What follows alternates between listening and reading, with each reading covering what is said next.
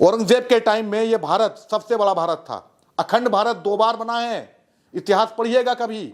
2 बार अखंड भारत बना है, एक बार अशोक के टाइम में और एक बार औरंगजेब के टाइम में। आप औरंगजेब को आपने एक इतिहास से करैक्टर उठा लिया और उसके नाम पर अपने तमाम तरह के पाप आप रखने का काम कर रहे हैं।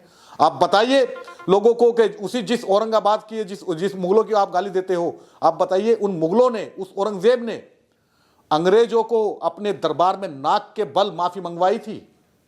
ऐतिहासिक तथ्य है ये। जिसे आप कहते हो कि मंदिर तोड़े, उसने चित्रकूट में मंदिर बनवाया था, यह ऐतिहासिक तथ्य है, जाकर के देख लीजिए वहां पर। तो एक शायर थे अल्लामा शिबली, उन्होंने कहा था कि तुम्हें ले दे के सारी दास्तां में याद है इतना कि औरंगजेब हिंदू कुछ था, जालिम था, सितमगर था। इससे ज्यादा और क्या होगा। विशंबर नाथ पांडे जो गवर्नर रहे उड़ीसा के, इलाहाबाद के मेयर रहे, उन्होंने किताब लिखी औरंगजेब के ऊपर, भारतीय संस्कृति और मुगल साम्राज्य। उन्होंने सारे तथ्य उस किताब में दिए हैं कि किन किन मंदिरों को औरंगजेब के दरबार से जो है एड मिलती थी, मदद मिलती थी, सहायता मिलती थी, किन मंदिरों का निर्माण औरंगजेब के शासक रहते हुए हुआ है, सारा तथ्य उसमें मौजूद है। आप कह रहे औरंगजेब ने मंदिरों को तोड़ा क्यों? कौन से मंदिर? ये सच्चाई है कि औरंगजेब पहली बात तो तथ्य ये है कि कोई मंदिर नहीं तोड़ा गया। सब तथ्य, ये जितनी ये सारे के सारे आरोप हैं, ये एक तरह से मुसलमानों को, मुगलों का नाम लेकर के मुसलमानों को अपमानित करने और उन्हें दोयम दर्जे का नागरिक बनाने की प्रक्रिया है। उन्हें एहसास दिलाने की कोशिश है कि हम मुगलों के नाम पर या मुगलों का बदला आज के इस मुसलमान से लेना चाहते हैं। तो ये छावा का मैसेज ये है। छावा देखकर आए थे ना वो लोग जिन्होंने अकबर रोड पर, अकबर जो रोड है उस पर पेशाब किया आकर के और उसके ऊपर शिवाजी की मूर्ति का पोस्टर चिपका दिया। इससे शर्मनाक और क्या होगा। जहां सोच वहीं शौचालय जैसा देश जिसने नारा दिया हो, उसमें एक वीआईपी जगह पर, जो वीवीआईपी इलाका है इस दिल्ली का, वहां पर लोग आकर के खड़े होकर पेशाब करते हैं लुटेन जोन में, और उस पर शिवाजी की तस्वीर चिपका देते हैं और किसी की भावनाएं आहत नहीं होती। भावनाएं आहत होनी चाहिए थी कि नहीं होनी चाहिए थी, यह सवाल पूछा जाना चाहिए था कि नहीं पूछा जाना चाहिए था कि जहां आप पेशाब कर रहे हो वहीं आपने शिवाजी की तस्वीर चिपका दी। आप पर केस दर्ज होना चाहिए कि नहीं होना चाहिए। आप शिवाजी के बहुत बड़े को मानने वाले हो सकते हैं, अनुयायी हो सकते हैं, शिवाजी की वीरता के आप महिमा मंडित करने वाले हो सकते हैं, लेकिन शिवाजी के अपमान करने का अधिकार आपको किसने दिया? किसने अधिकार दिया आपको? ये कोई धार्मिक लड़ाई नहीं थी। धार्मिक लड़ाई होती तो औरंगजेब के दरबारियों की लिस्ट देखिए आप, उसमें जो 9 प्रमुख पोस्टें थी उनके नाम देखिएगा आप, और उसी तरह से शिवाजी को देखिएगा। शिवाजी की सेना में लड़ने वाले उनके सेनापति, उनके लोग, वो कौन है? वो मुसलमान है। ये धार्मिक लड़ाई थी क्या? ये धार्मिक लड़ाई थी या इलाकों की लड़ाई थी? ये धार्मिक लड़ाई नहीं थी, लेकिन ये राजनीतिक वर्चस्व। कौन क्रूर? कौन दयालु? कौन था? भाइयों का कत्ल, दयालु कौन था? हासिल की। कौन दयालु था? उस वक्त में यही चलन था क्या? उस वक्त डेमोक्रेसी तो थी नहीं, डेमोक्रेसी तो थी नहीं उस वक्त में। उस वक्त तो यही चलन था, सत्ता हासिल करने के लिए लोग साम दाम दंड भेद अपनाते थे। उसने भी अपनाए, बाकियों ने भी अपनाए। क्या सम्राट अशोक जिन्हें हम महान कहते हैं, क्या उन्होंने नहीं किया था अपने भाइयों का कत्ल? और ये जितने लोग कहते हैं कि मंदिर तोड़े, औरंगजेब ने मंदिर तोड़े, अभी बनारस बन रहा है, इलाहाबाद बन रहा है, जो नया इलाहाबाद नया बनारस बन रहा है, वहां पर जितने मंदिर तोड़े गए हैं बीजेपी की सरकार में, इतने मंदिरों की लिस्ट तो बीजेपी के लोगों के पास होगी। अब उनसे पूछ लीजिए ये जो मंदिर तोड़े हैं ये किसने तोड़ दिया आकर के? अरे कहा जा रहा अलवर में 200 साल पुराने मंदिर को तोड़ दिया नगर निगम ने। पूछिए जाकर के कौन औरंगजेब फरमान दिया है इसको? औरंगजेब पूछिए हिंदुओं को कत्ल करता था, कौन कहां से लेके आए हो आप डाटा? कहां से? ये नहीं, कौन हिंदुवादी संगठन? वे लोग जो कोरोना भगा रहे थे गाय के गोबर से, वो तथ्य, वो जानकारी देंगे। उनका ताल्लुक है पढ़ाई लिखाई से, उन्हें मालूम है इतिहास में क्या हुआ है। और सुनिए, इस देश की आजाद हुए 70 साल से ज्यादा का वक्त हो चुका है।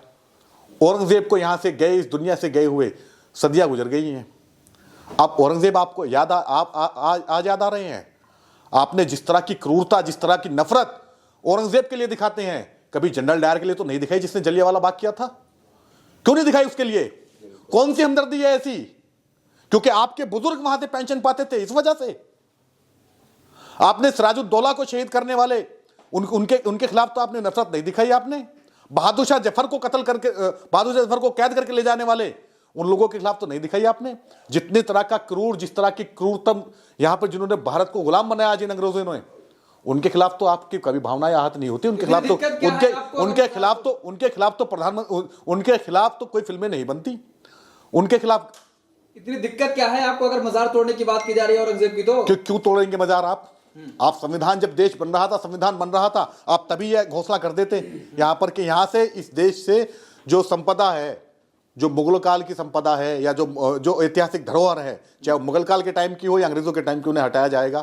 तब क्यों नहीं ऐलान किया आपने? आज आँख खुली है आपकी, आज दिख रहे हैं। और ये चाहे वो औरंगजेब हो, चाहे वो महाराणा चाहे शिवाजी हो, चाहे औरंगजेब हो, चाहे महाराणा प्रताप हो, चाहे साहू जी महाराज हो, संभाजी महाराज हो, ये जितने लोग हैं ये सब हमारे हैं। हमारे हैं मतलब ये नहीं कि मुसलमानों के हैं, हमारे मतलब इस देश के हैं। ये इस देश के हैं। कौन आया था बाहर से? आप कह रहे हो आक्रमणकारी है? बाबर बाहर से आया था, बाकी औरंगजेब भी यही पैदा हुआ था, और ये जितने अकबर भी यही पैदा हुआ था, शाहजहां भी यही पैदा हुआ था, बादशाह जफर भी यही पैदा हुआ था। ये सब यहीं के लोग हैं और यहीं पैदा हुए, यहीं दफन हो गए। ये कहीं नहीं भागे विजय माल्या की तरह। विजय माल्या भाग गया ना लूट करके, ये तो नहीं भागे लूट करके, सब यहीं दफन है। औरंगजेब किसको, मुगलों का कहां ले गए लूट करके? वो कहां ले गए लूट करके? वो ताजमहल की कमाई का उठाइएगा, जो मुगल काल की इमारतें हैं उनका वो उठाइए, 200 करोड़ से ज्यादा कमाई आती है ताजमहल से। हुमायूं के मकबरे से 100 करोड़ से ज्यादा की पैसा आता है, राजस्व आता है। कहां जमा होता है वो? उनकी कब्रों से, उनकी कब्रों से, मुगलों की कब्रों से जो पैसा आता है। देश में अंग्रेज आए और जब चिट्ठी लिखी गई थी, महारानी को जो चिट्ठी लिखी, क्या लिखा था उसमें? कि ये तो पहले से साधन संपन्न लोग हैं, इन्हें हम क्या बेचेंगे, क्या दिया जाए इनको? जो लूट कर ले गए, जो कोहिनूर हीरा ले गए यहां से, इस देश से, वो लुटेरे नजर नहीं आते? वो अंग्रेज नहीं दिख रहे आपको? कहां है कोहिनूर हीरा? पूछो जरा, क्या वो इस देश की शान नहीं थी? वो मुगल जो बादशाह था उसके ताज में लगा होता था। कौन ले गया उसको?